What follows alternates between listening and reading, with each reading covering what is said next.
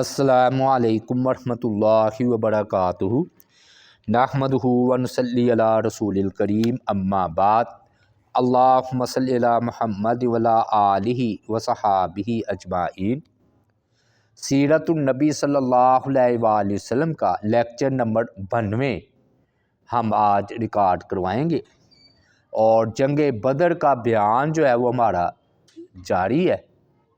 اس میں ابو جہل کے قتل کا ہم نے بتایا تھا، تو اس کے متعلق دو روایتیں اور بھی ہیں کہ ایک آدمی نا نبی کریم صلی اللہ علیہ وآلہ وسلم کی خدمت میں حاضر ہوا اور کہنے لگا کہ میں بدر کے پاس سے گزرا، میں نے ایک آدمی کو دیکھا، وہ زمین سے نکلتا ہے تو اسے ایک دوسرا آدمی اپنے ہینٹر چابک سے مارتا ہے، حتیٰ کہ وہ پھر زمین میں دھنس جاتا ہے، پھر نکلتا ہے، تو اس کے ساتھ دوبارہ ایسا ہی معاملہ ہوتا ہے۔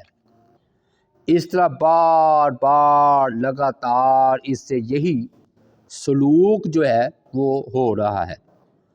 تو رسول اللہ صلی اللہ علیہ وآلہ وسلم نے فرمایا کہ یہ ابو جہل تھا جو نکلتا تھا نا، اور اسے قیامت تک اسی طرح عذاب ہوتا رہے گا۔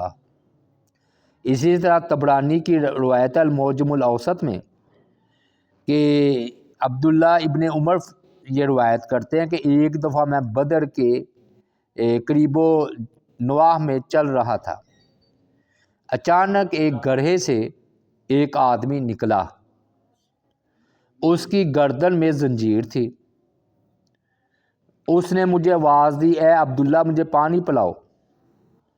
مجھے نہیں معلوم کہ اسے میرا نام پہلے سے معلوم تھا یا عرب کے دستور کے مطابق اللہ کا بندہ مجھے کہہ رہا تھا۔ عبداللہ کا مطلب اللہ کا بندہ۔ تو اس گڑھے سے ایک اور آدمی بھی نکلا، اس کے ہاتھ میں کوڑا تھا۔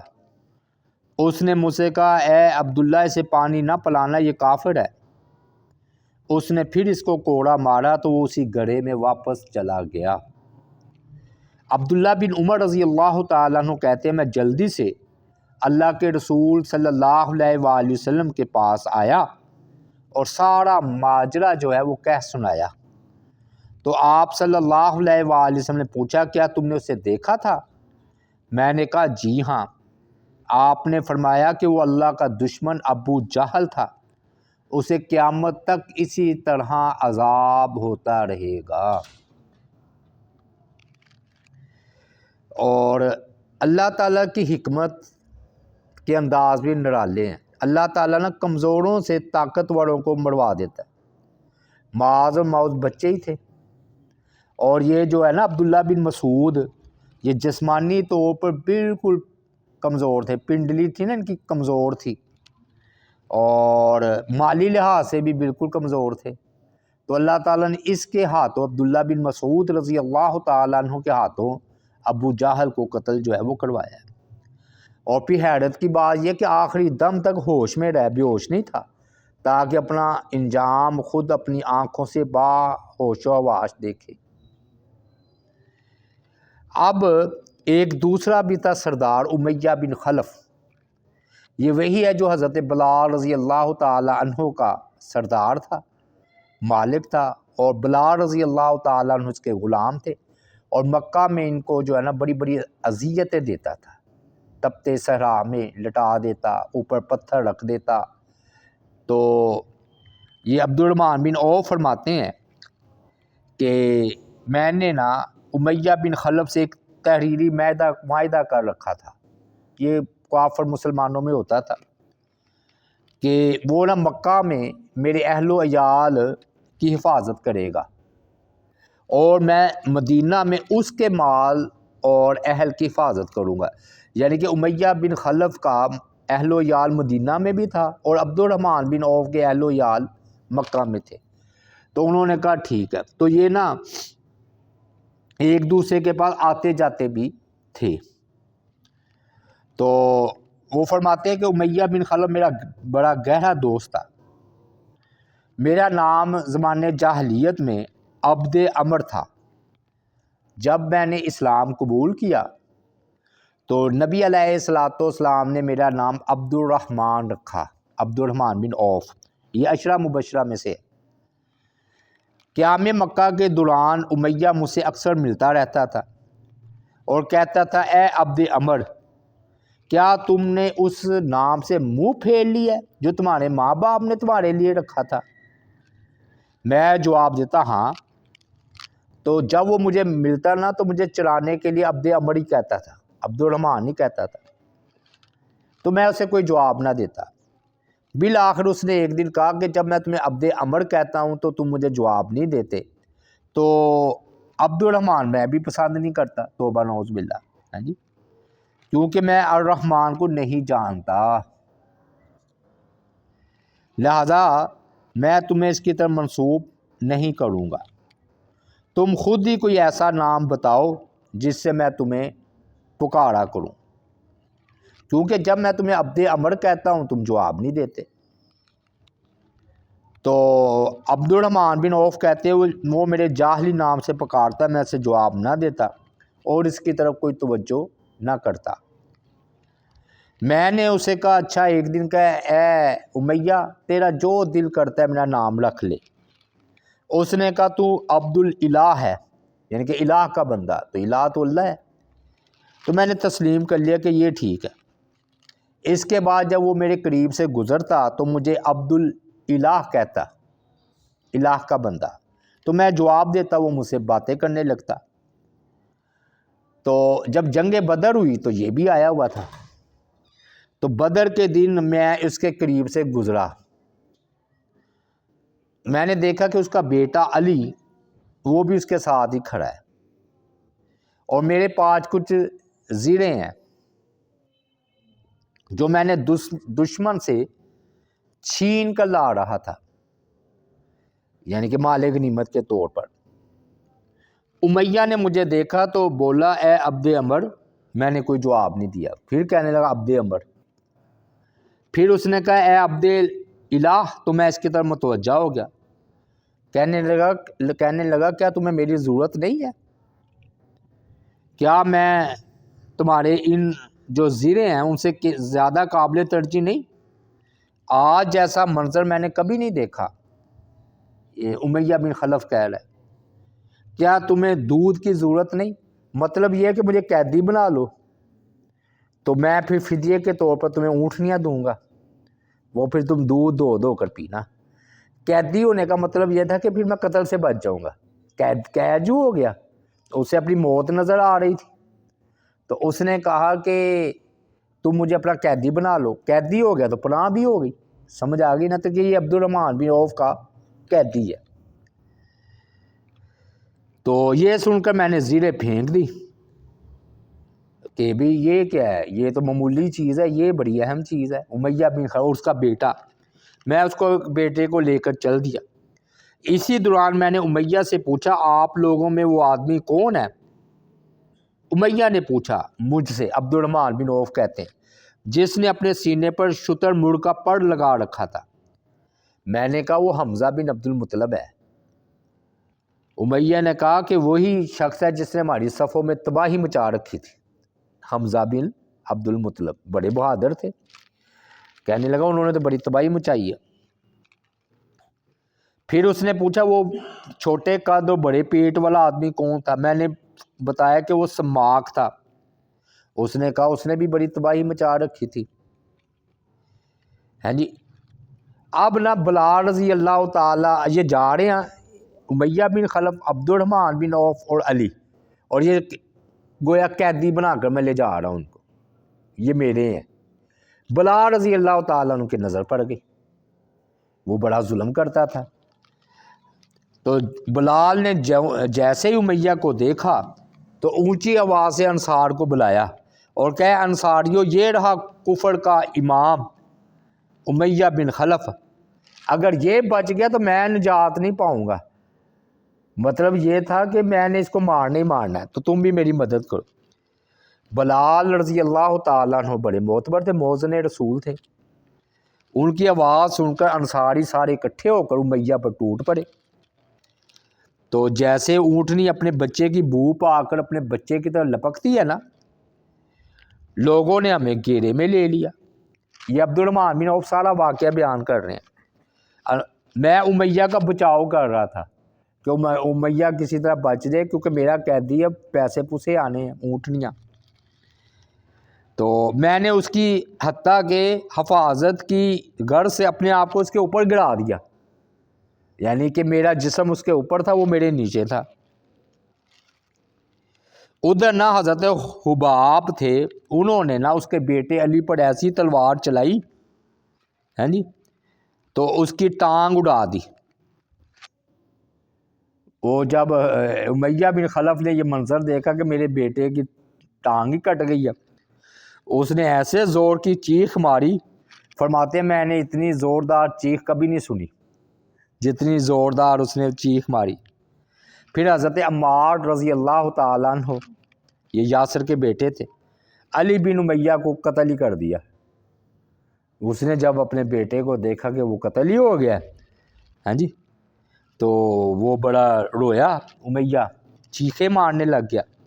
اب حال یہ تھا، صورتحال یہ تھی کہ امیہ میرے نیچے تھا، میں اس کو بچا رہا تھا اور میں اس کے اوپر تھا، لیکن حباب رضی اللہ تعالیٰ عنہ نے نا، وہ جنہوں نے اس کی علی کی ٹانگ کاٹی تھی، انہوں نے نیچے سے نہ تلوار ماری امیہ کو، امیہ کی ناک کاٹ دی۔ جب امیہ کی ناک جو ہے کٹ گئی تو وہ چلایا اور کہنے لگا ذرا ہٹ جاؤ، میں اسے نمٹ لوں۔ میں نے کہا امیہ بھاگ جاؤ، عبدالرحمن بن عوف نے کہا، لیکن بھاگنے کی کوئی گنجائش بھی نہیں تھی کیونکہ سارے انصاری اکٹھے تھے۔ اب میں تمہارے کسی کام نہیں آ سکتا۔ عبدالرحمن بن عوف رضی اللہ تعالیٰ نے فرمایا، وہ نکلنے لگا تو خبیب تھے، ان سے ان کا ٹکراؤ ہو گیا۔ وہ یہ نا امیہ ان پر بھی ظلم و ستم کرتا تھا مکہ میں، یہ خبیب پر۔ تو امیہ جو نا ظلم و ستم جو کیا کرتا تھا، تو خبیب نے نا ان پر تلوار سے وار کیا بڑا زبردست، اسی جگہ وہ ڈھیر ہو گیا، مر گیا، جہنم واصل ہو گیا۔ تو عبدالرحمن بعد میں کہا کرتے تھے یہ واقعہ بیان کر کے، کہتے اللہ بلال پر رحم فرمائے، میری زیریں بھی گئی اور بلال رضی اللہ تعالیٰ عنہ نے مجھے قیدیوں سے بھی محروم کر دیا، ہاں جی، یعنی کہ جب یہ نا پوچھتے نا بدر میں تو کہتے تھے اللہ تعالیٰ بلال پر رحم فرمائے۔ اصل میں نا پہلی بات تو یہ کہ بلال نے جب اپنے جانی دشمن امیہ بن خلف کو عبدالرحمن بن عوف کی قید میں دیکھا تو بلند آواز سے کہ اب یہ زندہ رہے گا یا میں زندہ رہوں گا، مقصد یہ تھا، کیونکہ امیہ بلال کو مکہ میں انتہائی وحشیانہ طریقے سے ظلم و تشدد کیا کرتا تھا، اور جو ہے نا اس کا پتہ چلتا ہے کہ ظالموں کا انجام جو ہے نا بڑا برا ہوتا ہے، اور اللہ تعالیٰ کمزوروں کے ہاتھوں اس کے مروا دیتے ہیں ظالموں کو۔ اچھا اب دیکھیے ایمان کی طاقت، ہاں جی، یہ تو محبت بڑی بات تھی نا، یعنی کہ یہ کہہ رہے ہیں، دعا دے رہے ہیں بلال رضی اللہ تعالیٰ کہ اللہ ان پر رحم کرے۔ امیہ بن خلف کی بیوی تھی، اس کا نام تھا ام صفوان، یہ ایمان لے آئی تھی رضی اللہ تعالیٰ عنہ۔ اسلام لانے کے بعد نا ایک دن مکہ میں نا حباب کی طرف دیکھ رہی تھی، تو ان سے کہا گیا کہ یہ حباب وہی شخص ہے جس نے بدر کے دن آپ کے بیٹے علی کو قتل کیا تھا، صفوان۔ وہ کہنے لگی ہمیں حالت شرک میں مرنے والوں کے تذکرے سے کیا حاصل، اللہ تعالیٰ نے میرے بیٹے علی کو حباب کے ہاتھوں ذلت سے دوچار اور حباب کو عزت سے ہمکنار کیا۔ کیسا ایمان تھا، یعنی کہ امیہ بن خلف جو علی ان کی بیوی اور علی کی ماں تھی، تو اس کو بتایا جا رہا ہے کہ یہ وہ شخص ہے حباب جس نے تیرے بیٹے علی کو قتل کیا ہے۔ تو وہ کہنے لگی مر گیا حالت کفر میں، اب میں کیا کروں، اتنا ایمان، ہاں جی، یہ بڑا جی ان کے قوت ایمانی اور یقین کامل کا مظہر ہے کہ وہ مسلمانوں اور اسلام سے محبت رکھتی تھی، حباب کو کچھ کہہ نہیں رہی، نفرت کی نگاہ سے بھی نہیں دیکھ رہی، ایسا ایمان ہوتا ہے۔ تو بہرحال عبد الرحمن بن عوف کا یہ کہنا کہ اللہ تعالیٰ بلا پر رحم فرمائے کہ میری زیریں بھی گئیں اور اس نے مجھے قیدیوں سے محروم بھی کر دیا، یہ جو ہے نا صحابہ کرام کا کہتے ہیں کہ باہمی اخوت کا مظہر ہے کہ کتنی ان کی نا بھائی چارہ کتنا پختہ تھا۔ اب نا زبیر بن عوام کا بھی واقعہ بدر میں، انہوں نے نا عبیدہ جن کو نا ابو القرا کرش بھی کہا جاتا تھا، ابو ذات القرش، یہ نا ان کا مقابلہ ہوا زبیر بن عوام کے ساتھ۔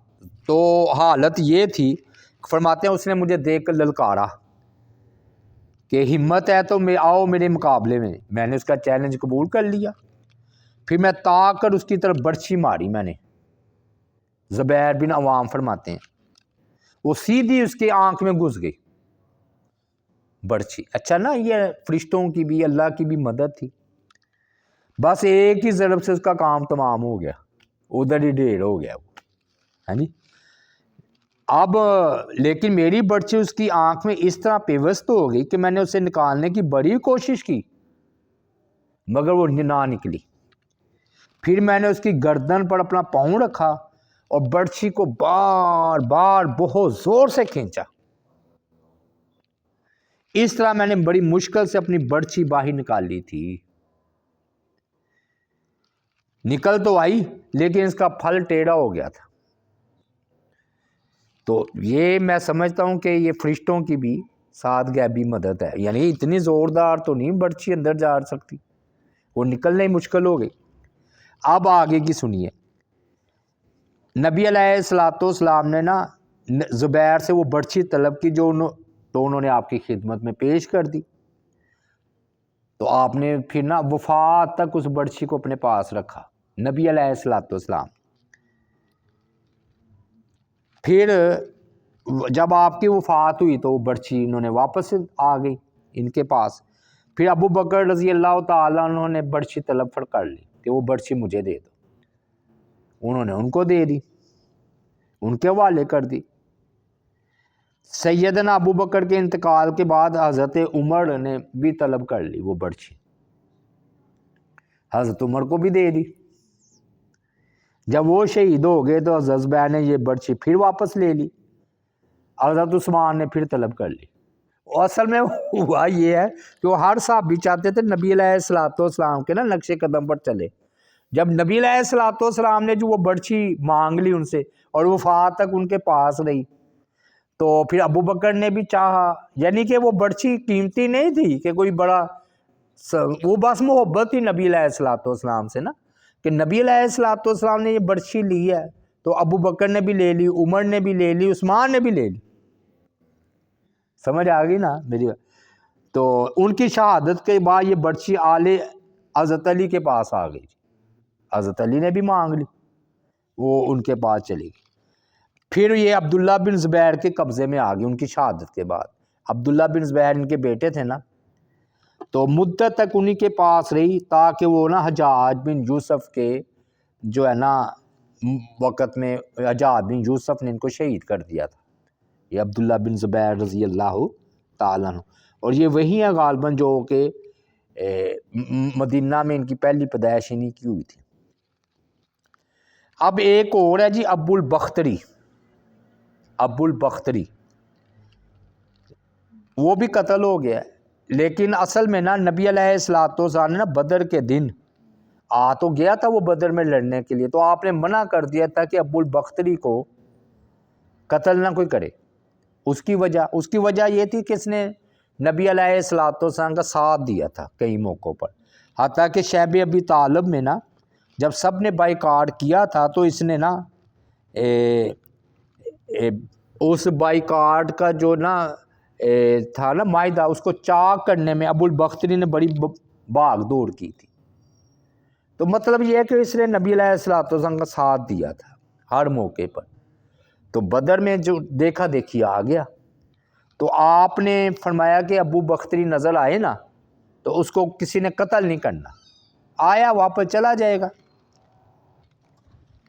اس ساری باتوں کے باوجود ابو البختری قتل ہو گیا۔ وہ ہوا کیسے؟ ہوا یہ کہ حضرت مجزر تھے، ایک یہ صحابی ہے حضرت مجزر رضی اللہ تعالیٰ عنہ، ہاں جی، ان کا نا آمنا سامنا ہو گیا۔ ابو البختری تھا اور وہ تھے، اور ابو البختری کے ساتھ نا اس کا ساتھی جنادہ، وہ بھی ساتھ ساتھ لڑ رہے تھے۔ مجزر رضی اللہ تعالیٰ عنہ نے کہا، اے ابو البختری، رسول اللہ صلی اللہ علیہ وآلہ وسلم نے تمہیں قتل کرنے سے منع کیا ہے، تو ہٹ جا، لیکن یہ تیرا جو ہے نا جنادہ ساتھی ہے جی، اس کے ساتھ میرا مقابلہ ہوگا، میں اس کو قتل کروں گا۔ تو مجزر نے کہا، اللہ کی قسم ہم آپ کے ساتھی کو نہیں چھوڑیں گے۔ تو ابو البختری نے کہا، میں تو اس کا ساتھ نہیں چھوڑ سکتا، اللہ کی قسم ہم دونوں اکٹھے ہی مریں گے، ایسا نہ ہو کہ مکہ کی عورتیں کہیں کہ اپنے دوست کا ساتھ چھوڑ گئے۔ دیکھیں ایسی یہ وفا ہوتی تھی کہ جب کسی کو کہہ دیتے تھے نا کہ یہ میرا دوست ہے، بھائی ہے، تو پوری طرح وفا کرتے تھے۔ تو ایسے ہی نا وہ پھر تانا دیں گی مکہ کی عورتیں کہ ابو البختری نے اپنے دوست کا ساتھ چھوڑ دیا۔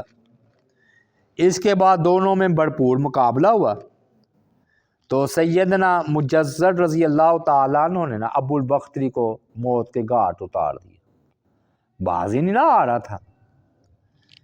تو یہ اس کے جو ہے قتل کا سبب بنا، آپ نے تو روکا تھا۔ تو کہتے ہیں غزوہ احد میں نا یہ مجزر بھی نا، ان کا اصل نام عبداللہ تھا، وہ شہید ہو گئے تھے احد میں۔ تو اب آگے آتا ہے نوفل بن نوفل کا قتل۔ یہ ایک شریر آدمی تھا نوفل۔ رسول اللہ صلی اللہ علیہ وآلہ وسلم نے اللہ تعالیٰ سے اس کے بارے میں بد دعا کی کہ اللہ تو مجھے نوفل بن خویلد سے کافی ہو جا، بڑی اذیتیں دیتا تھا نا مکہ میں۔ بدر کے دن جب اس نے اپنے ساتھیوں کو قتل ہوتے دیکھا تو اس پر شدید رعب طاری ہو گیا۔ فرشتوں کا بھی تھا نا، میں نے کہا نا نزول ہو چکا تھا۔ پہلے پہل کفار اور مسلمانوں کی جب آپس میں جنگ ہوئی تو اس نے مکی لشکر کو للکارا، اے قریش کی جماعت، آج برتری اور شان و شوکت جمانے کا دن ہے، لیکن اسے جلد ہی اپنا غرور خاک میں ملتا ہوا نظر آ رہا تھا۔ وہ قتل ہو رہے تھے، قید ہو رہے تھے، ہاں جی۔ اس نے جب دیکھا کہ مشرکین گاجر مولی کی طرح کٹ رہے ہیں تو وہ چلا کر کہنے لگا، او انصاریو، تمہیں ہمارے خون سے کیا سروکار، تم دیکھ نہیں رہے؟ کیا تم کن لوگوں کو قتل کر رہے ہو؟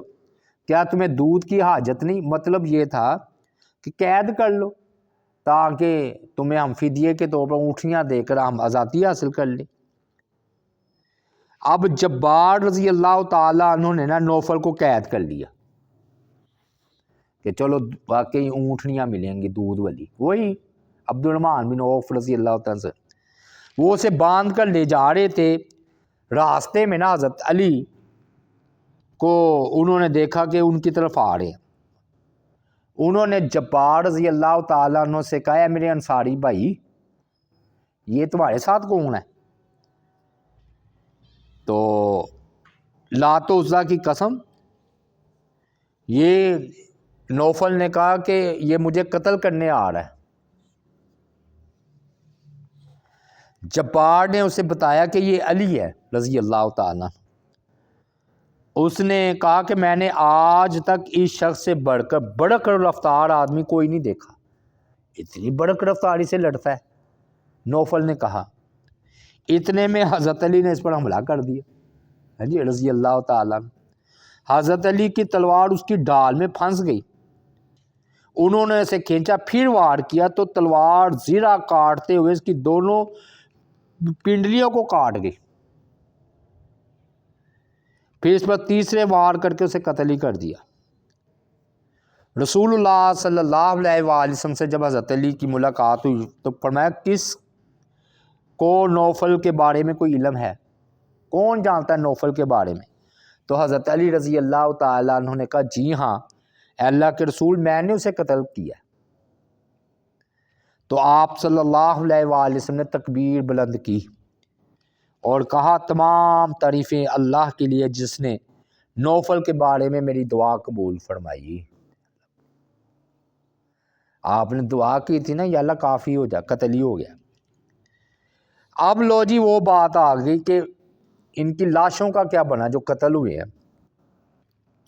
جب مسلمانوں نے دشمن کو مار بھگایا، مال غنیمت اکٹھا کر لیا، قیدیوں کو بیڑیوں میں جکڑ دیا، تو اس کے بعد رسول اکرم صلی اللہ علیہ وآلہ وسلم نے ظالموں کی لاشوں کو ایک بے آباد گندے کنویں میں پھینک دینے کا حکم دیا۔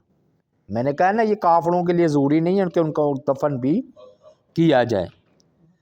تو پھر اسلامی لشکر نہ مشرکین کی لاشیں گھسیٹ کر لاتے اور کنویں میں پھینکے جانے کا عبرت ناک منظر دیکھ رہے تھے، یعنی کہ ان کی لاشوں کو کنویں میں پھینک دیا گیا۔ جب ابو جہل کو گھسیٹ کر اس کنویں میں پھینکا جانے لگا تو رسول اکرم صلی اللہ علیہ وآلہ وسلم نے فرمایا کاش آج ابو طالب زندہ ہوتے تو وہ دیکھ لیتے کہ فتح آج ہماری ہوئی ہے۔ کنویں والوں سے خطاب۔ نبی اکرم صلی اللہ علیہ وآلہ وسلم کے حکم سے بدر کے روز ان تمام سرداروں کی لاشوں کو کنویں میں پھینک دیا گیا۔ تو کتنے تھے وہ سردار؟ 24، دوسرے تیسرے ملا کر ویسے تو 9-10 تھے، لیکن 24 کی تعداد تھی۔ بدر کے گندے کنویں میں پھینک دی گئی۔ آپ صلی اللہ علیہ وآلہ وسلم کا نا جنگ کے بارے میں یہ دستور تھا کہ جب کسی قوم پر فتح یاب ہوتے تو 3 دن میدان جنگ ہی میں قیام فرماتے۔ جب میدان بدر میں فتح کے بعد تیسرا دن آیا تو آپ صلی اللہ علیہ وآلہ وسلم نے کوچ کا حکم دیا۔ 3 دن ادھر آپ رہے ہیں، یہ آپ کی عادت مبارکہ تھی۔ اس کے بعد آپ پیدل چلے، پیچھے پیچھے آپ کے صحابہ کرام بھی چلے، یہاں تک کہ کنویں کے کنارے پر آپ کھڑے ہو گئے۔ پھر آپ صلی اللہ علیہ وآلہ وسلم نے ان کو خطاب کیا نام لے لے کر، اے فلاں بن فلاں، اے فلاں بن فلاں، کیا تمہیں یہ بات اچھی لگتی ہے کہ تم نے اللہ اور اس کے رسول کی اطاعت کی ہوتی،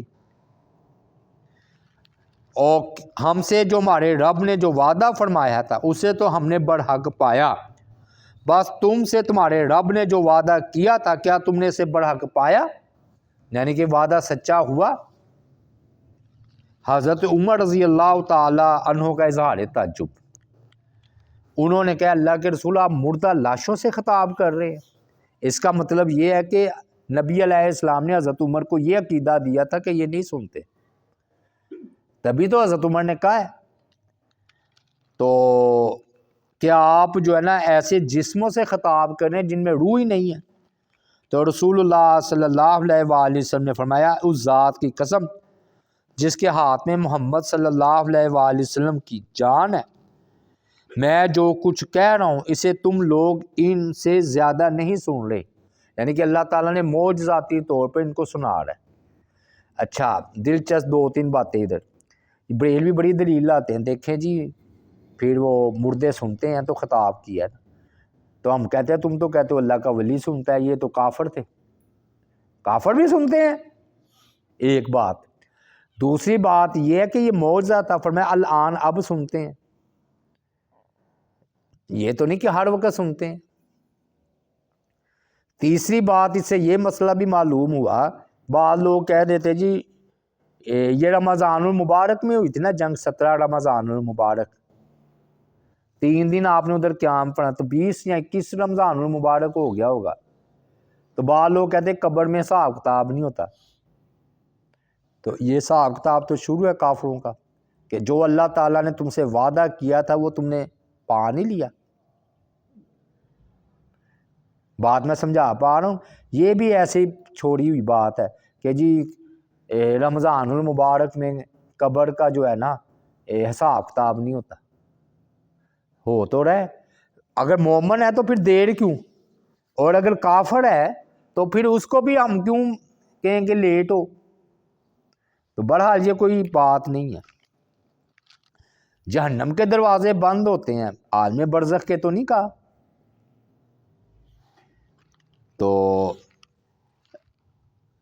انس کی روایت ہے کہ عمر رضی اللہ تعالیٰ نے جب آپ کی بات سنی کہ آپ کنویں والوں سے خطاب فرما رہے ہیں، تو انہوں نے کہا اللہ کے رسول آپ 3 دن کی مردہ لاشوں سے خطاب کر رہے ہیں، 3 دن ان کو مرے ہوئے ہو چکے ہیں، کیا یہ لوگ سن رہے ہیں؟ حالانکہ اللہ تعالیٰ کا یہ فرمان ہے کہ انک لا تسمع الموت، بلا شبہ آپ مردوں کو نہیں سنا سکتے۔